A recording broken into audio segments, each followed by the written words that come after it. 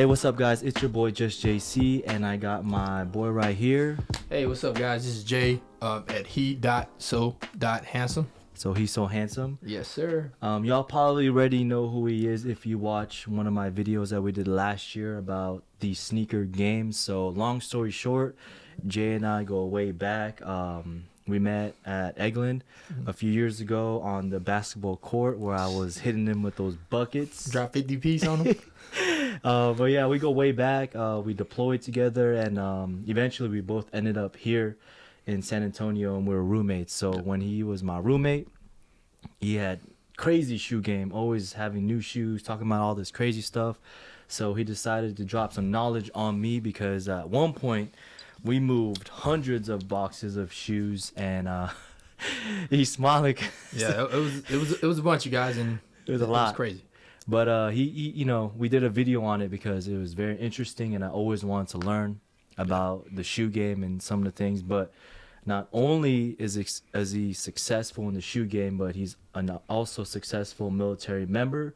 He's an NCO, he's a staff sergeant, he's a paramedic. So we're going to do this episode right now to kind of talk about his story, but more importantly, how you can be a successful individual in the Air Force, in the military, but also have a successful side business, and I would say business, a successful business outside of your normal, 9 to 5 in the Air Force. And in this case, it's going to be a successful shoe game business. So without further ado, go ahead, boy.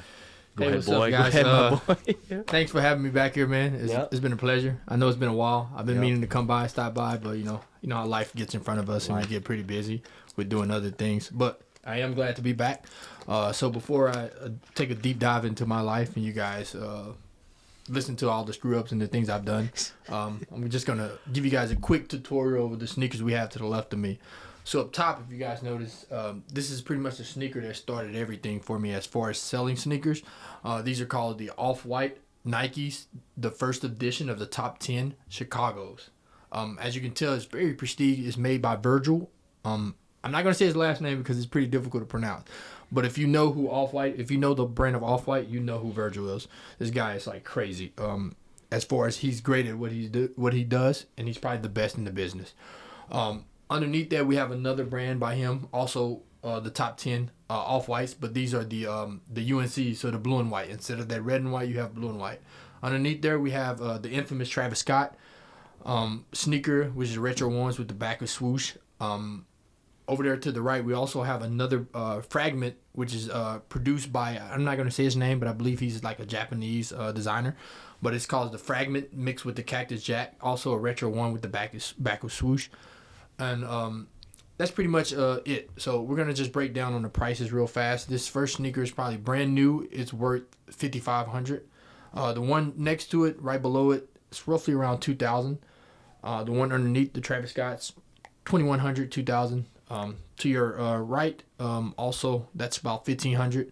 And underneath that, like I said, which is the top sneakers, about $5,400, $5,500. So altogether, this is roughly around $10,500 to $11,000.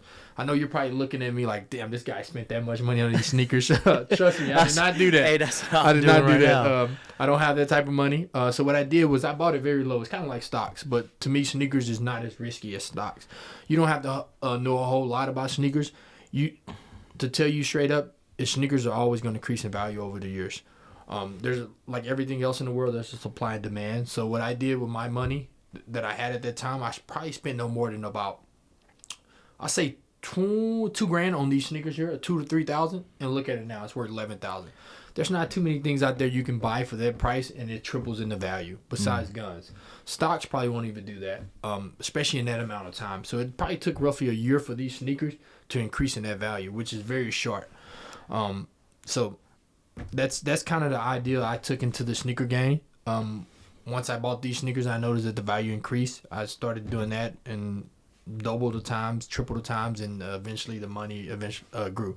But you're probably wondering, like, hey, where did this guy get this money to buy $100,000 worth of sneakers? So hold on, let's do some backtracking. So if y'all haven't heard or you didn't hear what he just said, right? So we're looking around 10 to 11 G's sitting on my desk. Yeah, exactly. So from MSRP, right? if we look at it, it should say on the box. Should say a retail tag on the box. It should be 170, right? So like 150, 170. All right. 170 for each sneaker. And So that's how much it is off. Like right off. Maybe the website or right out of the store. Exactly. And then a whole lot of times you're not gonna be able to get that sneaker for 170. This sneaker I paid 170 for, because I wanted it on the Sneaker Draw, which is a sneakers app. This one below this sneaker, I paid 1,800 for. This one I paid 900, and this one I paid I think 600. So the value had dropped on the sneakers as soon as they released. so you snatched it. I went in and bought it because I knew that this designer's hot. He's in the game. These are the top 10 sneakers. Eventually, in 2 years or a year, and he's trending right now too, especially Travis Scott, right? With the unfortunate stuff that happened with his last concert. So you bought all these low, low as it as I guess in the sneaker game, and you just held on to it knowing that it was going to increase. So for those of you watching right now that are not sneakerheads, the sneakerheads right now, they're probably like, all right, hey, I can already see this guy probably knows what he's talking about. So we're looking at around 10, 11 G's sitting on the desk, which is a lot of money. I don't care who you are, but when you're talking about 4 boxes of items, that's a lot of money. Yeah, exactly.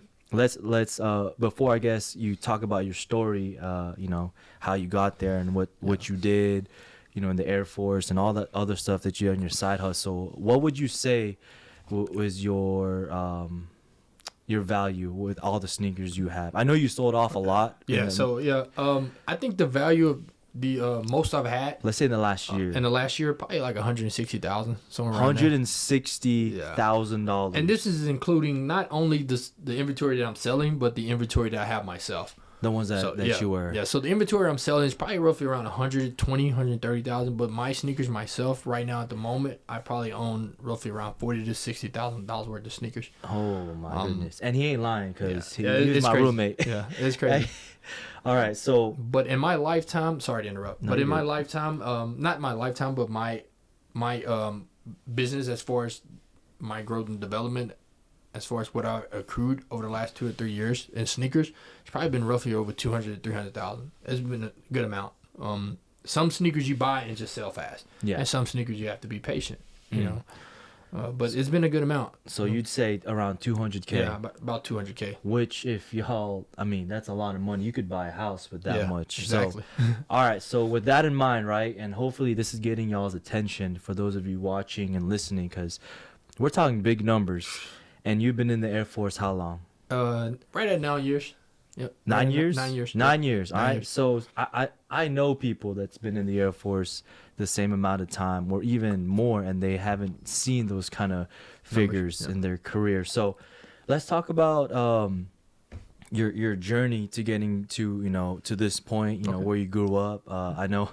Hey, you look at him, you don't think like, this dude's a cowboy. I've seen he has horses, cowboy boots and all that. So there's a lot people don't know about me.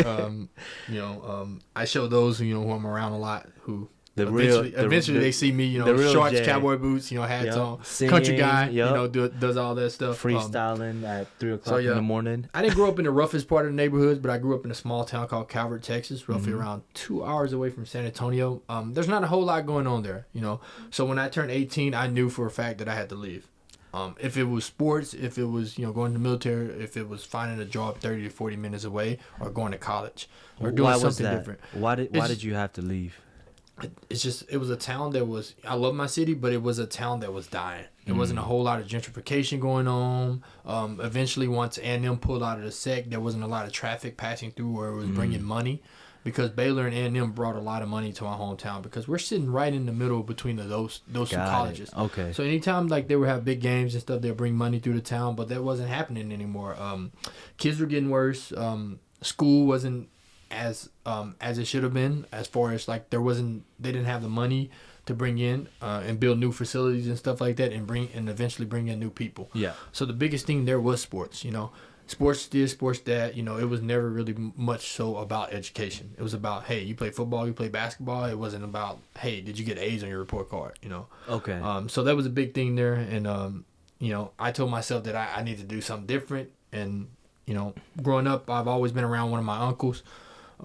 whether if it was my great uncle or my uncle that's, you know, kind of my mentor right now, which he talked a lot about the Air Force. And I figured, hey, if he went to the Air Force, I can do it. We're both from a small town, you know, it can't be that hard, you know. So eventually I gave it a shot, went in, talked to the recruiter. And we're talking about your uncle, the one that I met, right? The one that you met, the retired chief, 70 years old, funny guy. This dude's an OG. Did it all, MTI, MTL, million deployments. Yes, I'm over exaggerating, but he's been all across the U.S., all across the world. Couple triple trips to Vietnam. This guy really served his country, and he decided to go back and do it again. He loved it so much.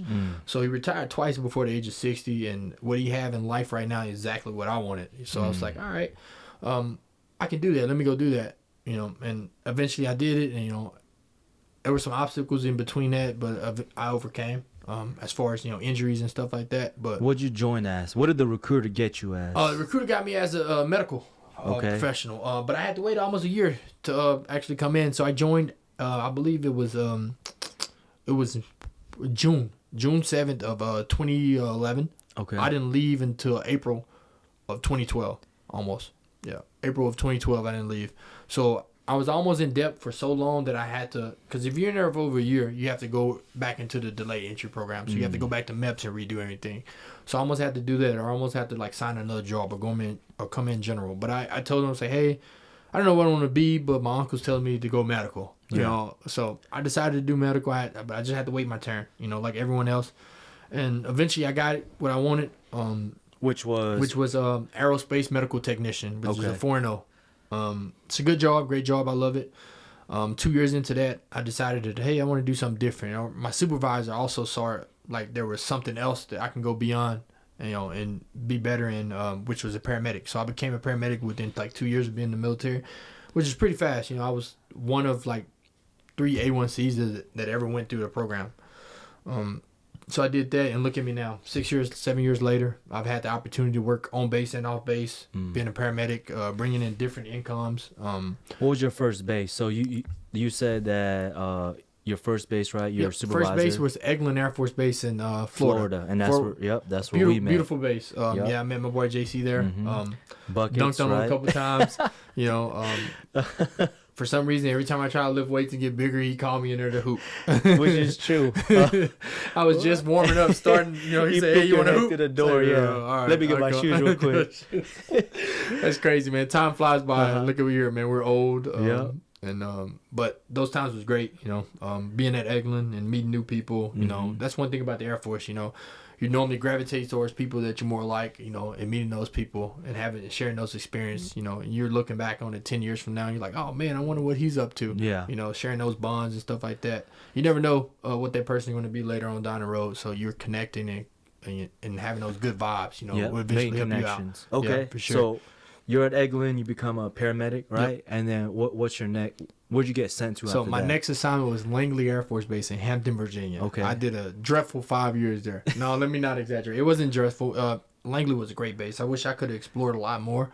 I didn't get to go across the water as much to Norfolk, but being over there in Langley, I was able to see a different side of the Air Force. Like, there's a whole bunch of brass up there. When I mean brass, there's a whole bunch of stars, you know, birds and stuff like that, full birds. For those who don't know what that is, that's colonels and generals. So you being around those people and you seeing that higher level of professionalism was pretty freaking outstanding. It was a good time. I enjoyed it, and it kind of opened my eyes up to see what the big Air Force was really about. You know, not saying that Eglin wasn't the real Air Force, but being at a base like that where you see several different what is a good word, MASHCOMs or MASHCOMs, yeah. You're seeing several different MASHCOMs and you literally levels too. Yeah.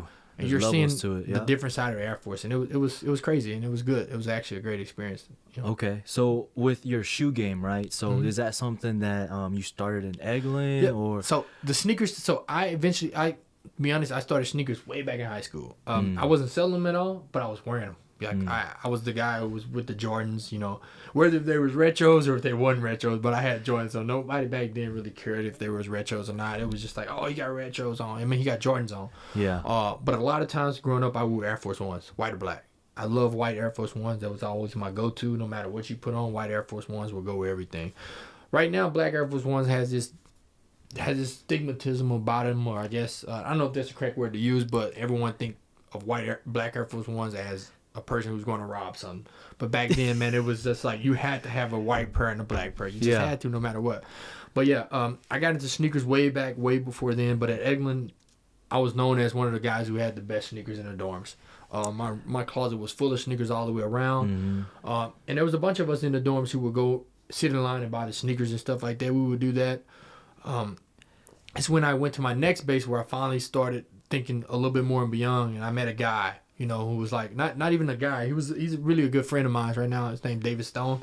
Shout out to him. I introduced him later as far as his sneaker business and stuff like that. But he's the guy who pretty much facilitated my whole breakthrough in the sneaker game. He was like, "Hey, I see that you like wearing sneakers and stuff like that." And I was like, "Yeah, I'm a big sneakerhead." He's like, "Have you ever thought about selling them?" And I'm like, "No, not really." Yeah. And he was like, "Well, come through. Let me talk to you in the back room." He was my boss then. I was like, "All right, yeah, cool. I'll come back there and talk to you." So I went back there and talked to him. He was breaking it down. He was showing me the pictures of his inventory. I'm like, "What?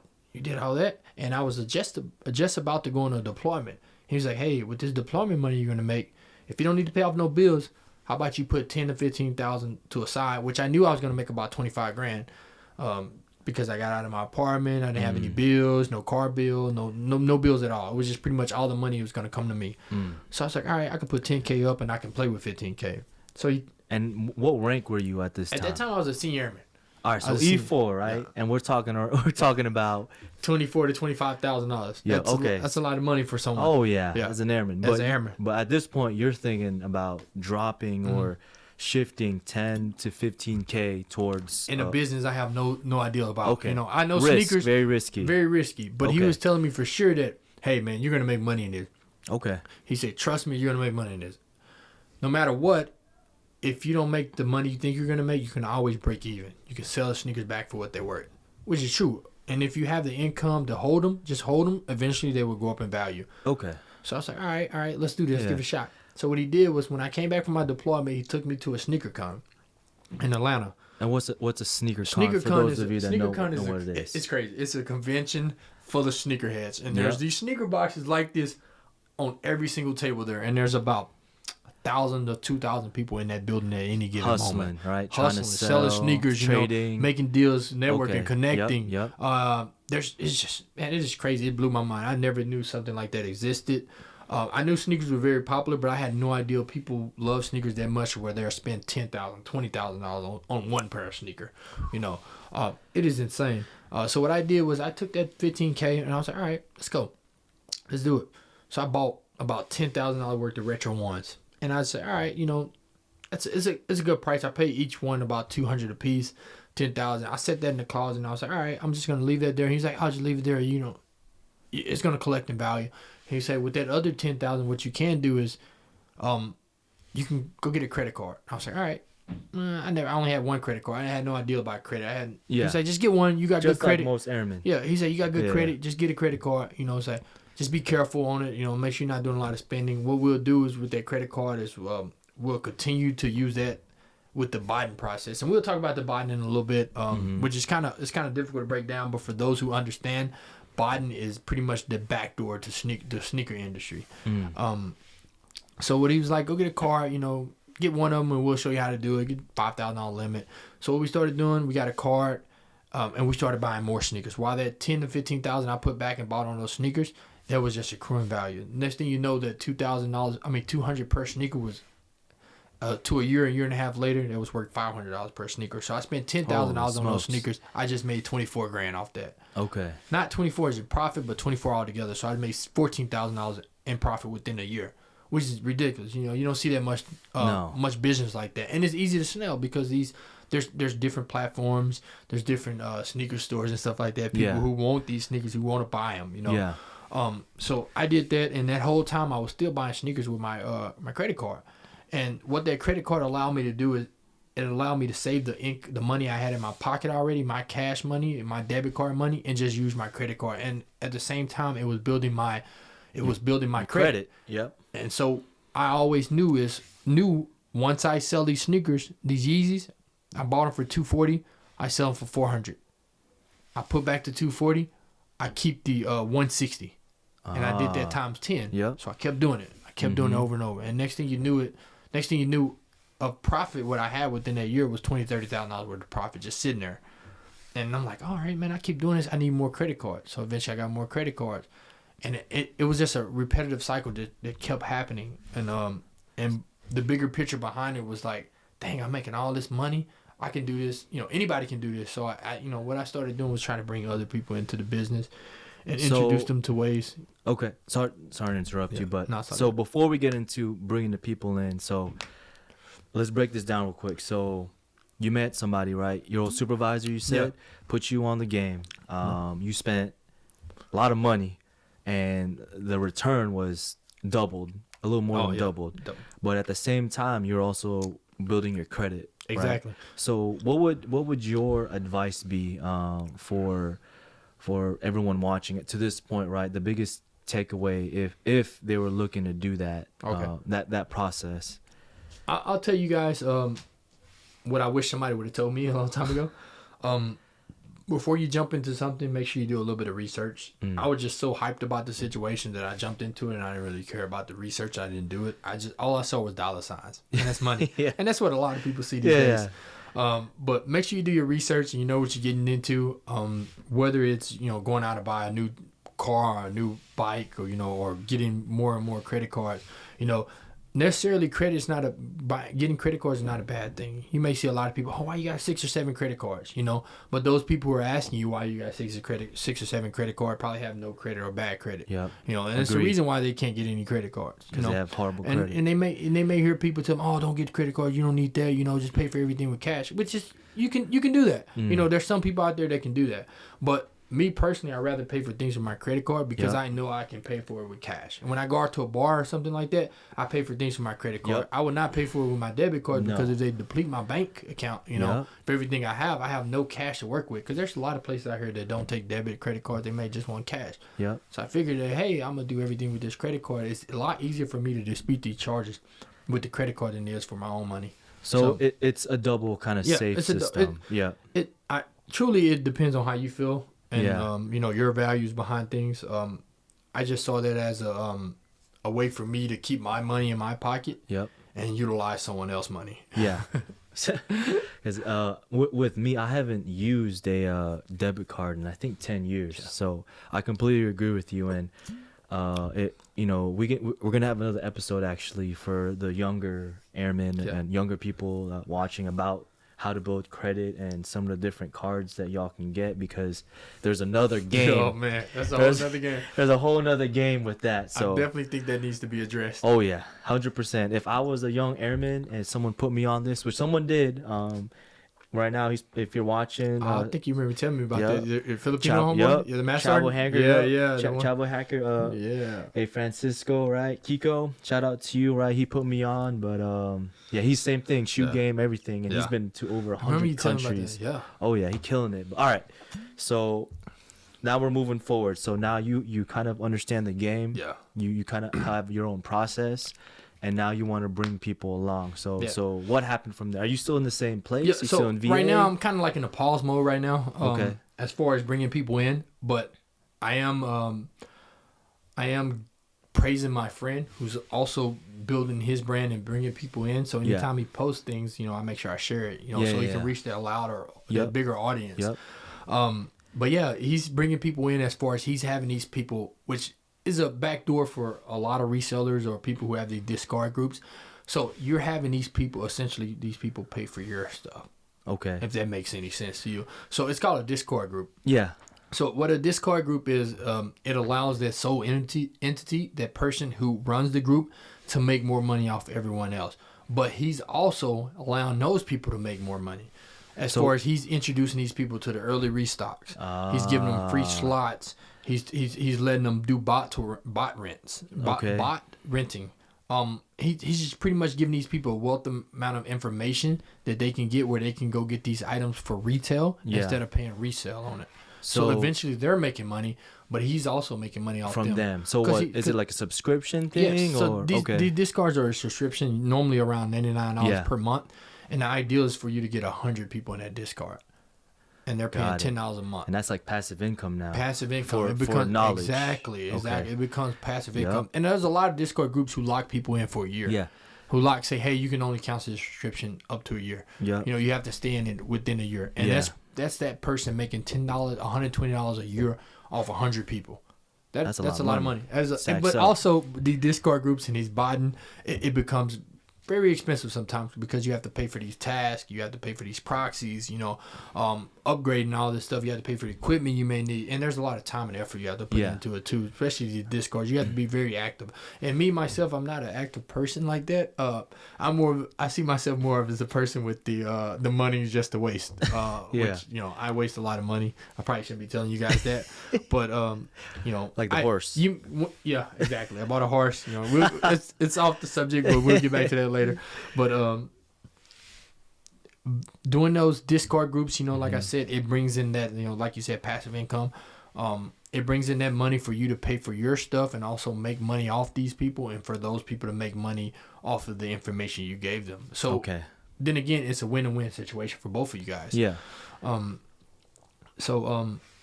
than that, damn, I forgot where we left off at.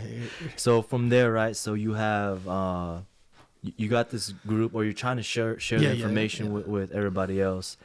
At what point were you like, all right, so I'm putting out this hustle to everyone, but you know, I still want to continue to grow your stock, right? Your little stock. Yeah, right. Because by the time that you moved in with me here in San Antonio, we had hundreds of boxes of shoes. Then I deployed.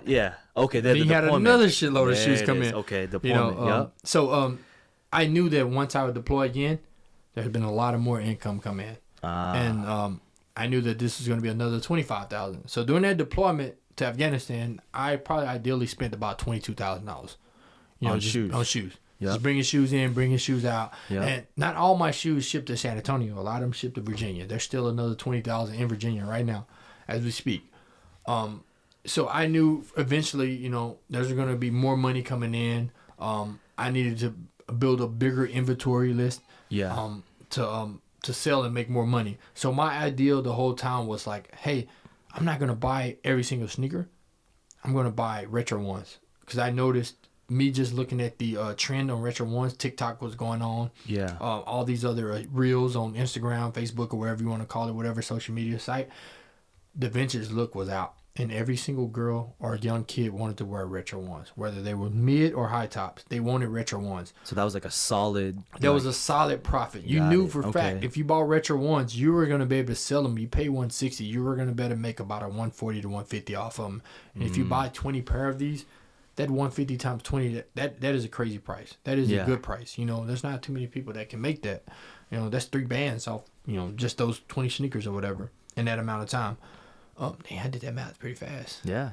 He's low key smart. I learned that too. Was that 3 bands? Yeah, 3 bands, 15. Yeah. Shit, 150 times 20. Yeah. I learned this when you were my roommate and you were in your room talking to yourself, practicing a speech. Oh yeah, I remember that.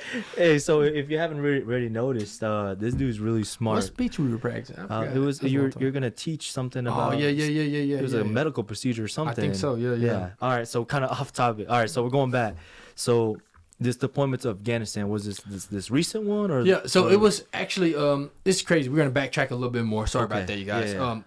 So my first deployment wasn't really a deployment. It was Germany, but I made a shitload of money. It was 8 months. So excuse my language, but I made a lot of money. Yeah. 8-month deployment to Germany.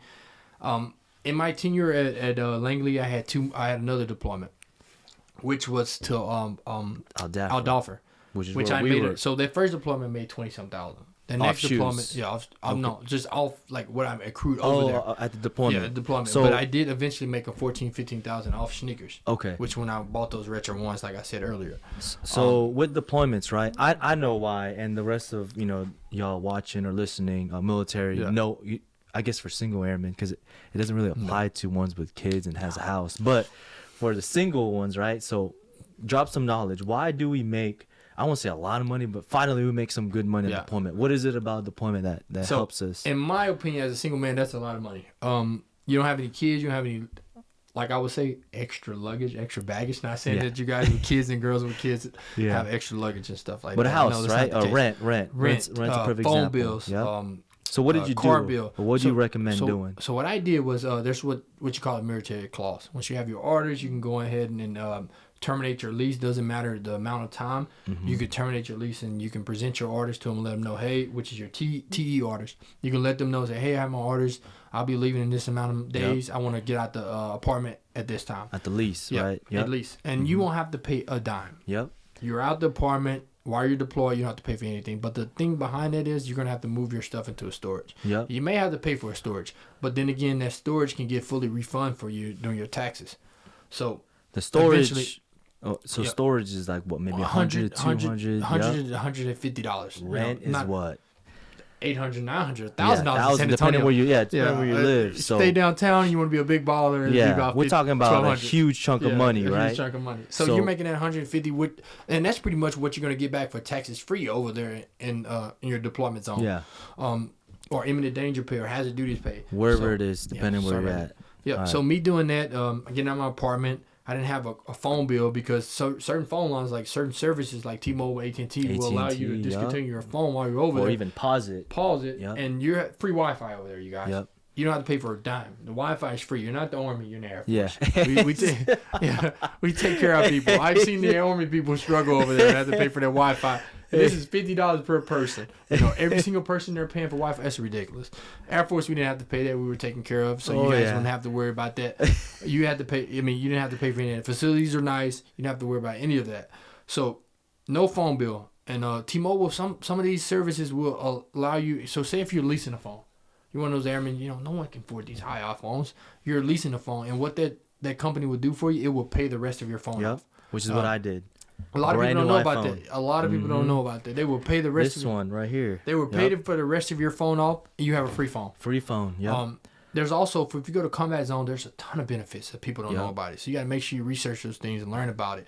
With your credit cards, your credit cards, what you can do is drop every last one of them APR down to 0%. And I did that with my my American Express. I applied for that while I was over there. I got like a certain amount of miles. I did that with my Amazon, my Eglin Federal Credit Card, my USA, 0% APR on all these cards, which means your interest is zero. You don't have to pay any. So if you owe $5,000, a lot of times you won't have to pay anything with a month. Whatever that due date is. Yeah. So this is covered under the Service Relief Act. If we want to get into the technical stuff, but we can talk about we can talk about this all day. So if y'all want to hear about this more, make sure you hit it up in the comments or whatever. Hit us up. So, but we're gonna kind of dive into the shoe game too, because all right, so we're making money. Yeah. Or you made this money, right? Well, actually, we were both deployed together, so we made money. Because I made a good. Yeah, because this guy was going to steakhouses and UAE. I looked at the prices. The steak was $150. I tell him I ain't have no clothes. I really didn't have any clothes. I had sweats and shirts, and I don't know why I didn't have any clothes. I had no idea. You deployed there before, so you knew that. I already knew the game too. I had no idea. No one told me. So what I came over there was gym clothes.